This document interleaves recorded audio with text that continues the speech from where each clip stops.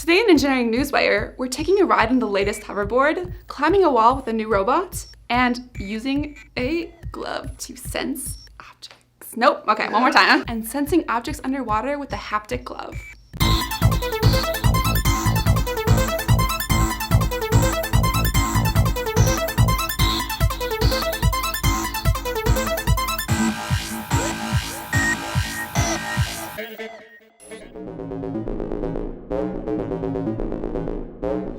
Another company is claiming to have invented a working hoverboard, and unlike the Lexus or Hendo hoverboards, which are powered by magnets, this new version can hover over any surface.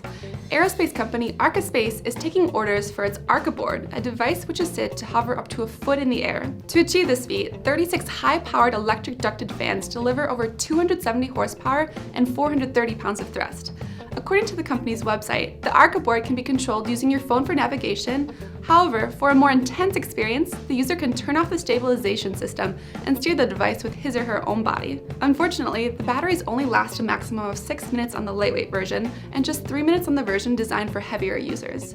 And it's not quite ready for commuting yet, considering it has a top speed of about 12.5 miles per hour with a range of just over a mile. Despite these limitations, the Arca-board is designed to work on most surfaces, including rocky terrain and water. However, its price tag of almost $20,000 might be out of reach for the average Joe. Booyah! Disney and ETH Zurich have developed a new four-wheeled robot called Vertigo, which can transition from rolling on the ground to climbing walls. This ability to transition from the ground to a wall and back again allows the robot to travel through urban and indoor environments. To accomplish this, the robot has two steerable propellers that provide thrust onto the wall and keep it from falling. They work similar to spoilers on a car, which create downward force to keep the vehicle pressed on the road. One pair of wheels is steerable, and each propeller has 2 degrees of freedom for adjusting the direction of thrust.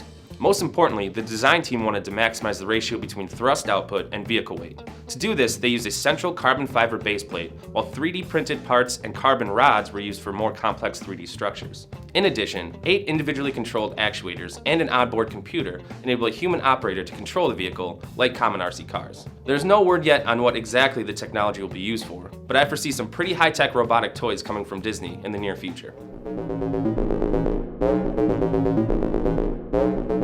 A group of PhD candidates from Japan's Tsukuba University have created a sonar glove that lets wearers feel what's underwater without actually touching anything. Called the Iruka Tact, the glove's designers hope the technology will help first responders find the exact locations of victims during emergency situations, such as flooding.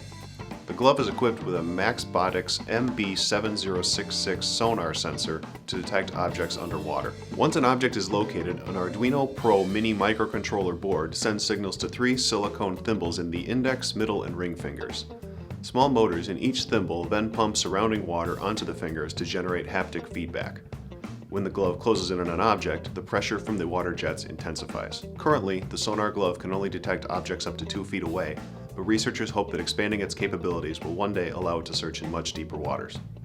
Do you have story ideas? Comment below and we'll cover them in an upcoming episode. For the PD&D channel, I'm Kaylee Duffy, and this has been your Engineering Newswire.